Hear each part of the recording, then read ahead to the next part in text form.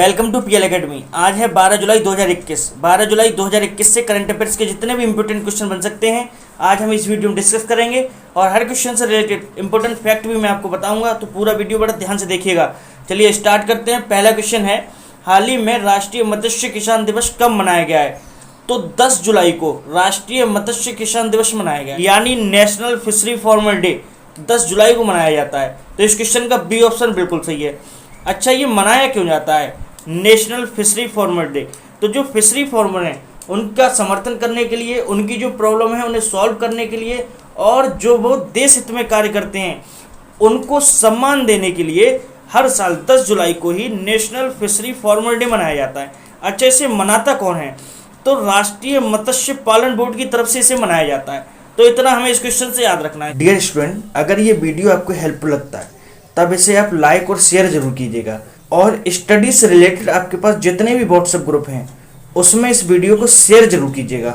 अगर आप इस वीडियो को रेगुलर देखते हैं तो किसी भी गवर्नमेंट एग्जाम में करंट अफेयर से रिलेटेड आपका एक सिंगल क्वेश्चन गलत नहीं होगा। चलिए अगला क्वेश्चन है, हाल ही में कौन सा राज्य भारतीय रेलवे के मानचित्र में शामिल हुआ है? तो हाल ही में मणिपुर भारतीय रेलवे के मानचित्र में शामिल हो गया है। तो इस क्वेश्चन का सी ऑप्शन बिल्कुल सही है। एक्चुअल में असम के सिलचर से चलकर एक पैसेंजर ट्रेन मणिपुर के बेंगाई चुनपाव रेलवे स्टेशन पर पहुंची है, और यह लगभग 11 किलोमीटर की दूरी तय करके पहुंची है, और इसी के साथ ही अब मणिपुर भारतीय रेलवे के मानचित्र में शामिल होने वाला नया राज्य बन गया है। अच्छा, अब मणिपुर की बात आई है तो ये देखिए मैप में, यह है मणिपुर।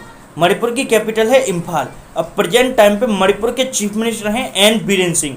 अब प्रेजेंट टाइम पर मणिपुर के गवर्नर हैं नजमा हेपतुल्ला। कौन है? नजमा हेपतुल्ला। तो इतना हमें इस क्वेश्चन से याद रखना है। चलिए अगला क्वेश्चन है, हाल ही में दुनिया का सबसे पुराना आभूषण कहाँ खोजा गया है?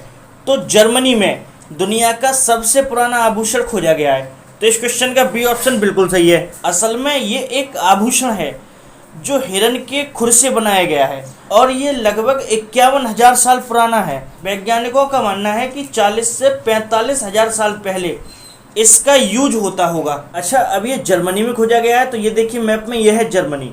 जर्मनी की कैपिटल क्या है? बर्लिन। और जर्मनी की करेंसी क्या है? यूरो। प्रेजेंट टाइम पर जर्मनी के प्रेसिडेंट कौन है? Frank Walter Steinmeier. अच्छा, जर्मनी की चांसलर कौन है? Angela Merkel. कौन है? Angela Merkel. तो इतना हमें इस क्वेश्चन से याद रखना है। चलिए अगला क्वेश्चन है, हाल ही में भारत डायनामिक्स लिमिटेड ने किन मिसाइलों के निर्माण के लिए रक्षा मंत्रालय के साथ समझौता किया है? तो हाल ही में आकाश मिसाइल के निर्माण के लिए भारत डायनामिक्स लिमिटेड ने रक्षा मंत्रालय के साथ समझौता किया है। तो इस क्वेश्चन का बी ऑप्शन बिल्कुल सही है। अच्छा, भारत डायनामिक्स लिमिटेड, तो इसकी स्थापना कब हुई? 1970 में, और इसका हेडक्वार्टर कहाँ है? हैदराबाद में। अब प्रेजेंट टाइम पर इसके प्रेसिडेंट एंड मैनेजिंग डायरेक्टर कौन है? कमोडोर सिद्धार्थ मिश्रा। कौन है? कमोडोर सिद्धार्थ मिश्रा। अच्छा, अब रक्षा मंत्रालय, तो प्रेजेंट टाइम पर हमारे रक्षा मंत्री कौन है?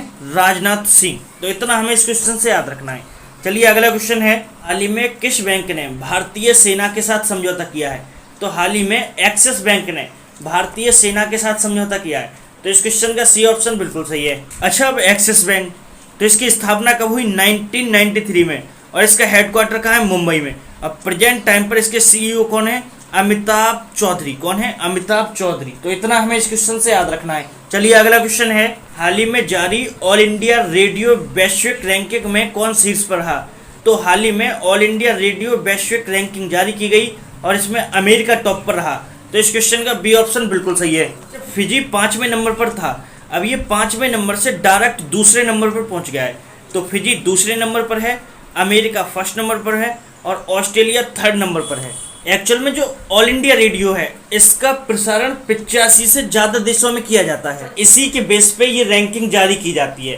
तो इतना हमें इस क्वेश्चन से याद रखना है। चलिए अगला क्वेश्चन है, हाल ही में आरबीआई ने नियमों का पालन न करने पर कितने बैंकों पर जुर्माना लगाया है? तो आरबीआई ने नियमों का पालन न करने पर 14 बैंकों पर जुर्माना लगाया है। तो इस क्वेश्चन का सी ऑप्शन बिल्कुल सही है। अच्छा, अब 14 बैंकों पर जुर्माना लगाया है, तो कौन कौन से बैंक इसमें शामिल हैं?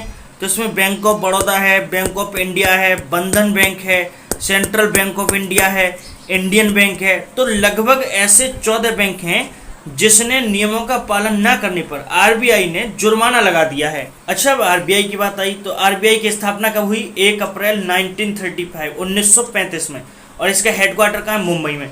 प्रेजेंट टाइम पर आरबीआई के गवर्नर कौन है? शक्तिकांत दास, और ये आरबीआई के 25वें नंबर के गवर्नर हैं। तो इतना हमें इस क्वेश्चन से याद रखना है। चलिए अगला क्वेश्चन है, हाल ही में डीआरडीओ ने अग्नि प्राइम का सफलतापूर्वक परीक्षण कहाँ किया है?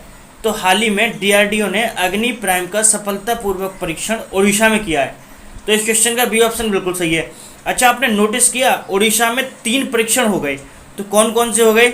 निर्भय मिसाइल का सफलतापूर्वक परीक्षण ओडिशा में हो गया, और पिनाका रॉकेट का भी परीक्षण हो गया, और अब हाल ही में अग्नि प्राइम मिसाइल का भी परीक्षण सफलतापूर्वक हो गया। तो ये तीनों हमें याद रखने हैं, एग्जाम में पूछे जा सकते हैं। अच्छा, अब ये तीनों का परीक्षण ओडिशा में हुआ है, तो ये देखिए मैप में यह है ओडिशा। ओडिशा की कैपिटल है भुवनेश्वर। अब प्रेजेंट टाइम पर ओडिशा के चीफ मिनिस्टर हैं नवीन पटनायक। अब प्रेजेंट टाइम पर ओडिशा के गवर्नर हैं गणेशी लाल। कौन है? गणेशी लाल। अच्छा, हाल ही में मिशन 0 ऐप शुरू हुआ ओडिशा में। स्वच्छ बिंदु सागर पहल ओडिशा में चलाई गई।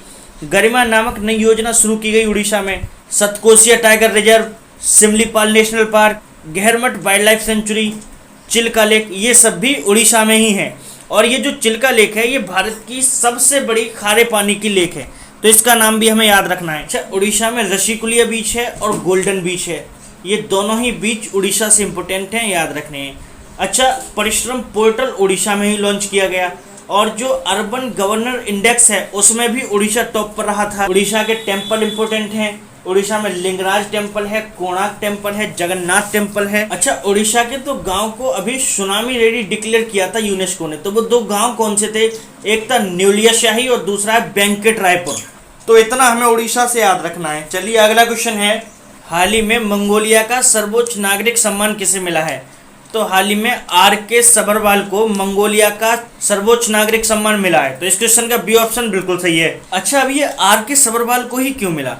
तो R K. Sabharwal engineer India limited के अध्यक्ष हैं, और इन्होंने वहाँ पर एक रिफाइनरी बनवाई है, और इसी के लिए इन्हें मंगोलिया का सर्वोच्च नागरिक सम्मान the order of the polar star से इनको सम्मानित किया गया है। अच्छा, मंगोलिया की बात आई है तो ये देखिए मैप में, यह है मंगोलिया। मंगोलिया की कैपिटल क्या है? उलान बातर। और मंगोलिया की करेंसी क्या है? मंगोलियन टगरिक। और प्रेजेंट टाइम पर मंगोलिया का प्रेसिडेंट कौन है? ओखनागिन खुरेलसुख। तो इतना हमें इस क्वेश्चन से याद रखना है। चलिए अगला क्वेश्चन है, हाल ही में इंडिया रेटिंग्स ने वित्त वर्ष 2021-22 में भारत की जीडीपी की वृद्धि दर कितने प्रतिशत रहने का अनुमान लगाया है? तो हाल ही में इंडिया रेटिंग्स ने वित्त वर्ष 2021-22 में भारत की जीडीपी वृद्धि दर 9.6% प्रतिशत रहने का अनुमान लगाया है।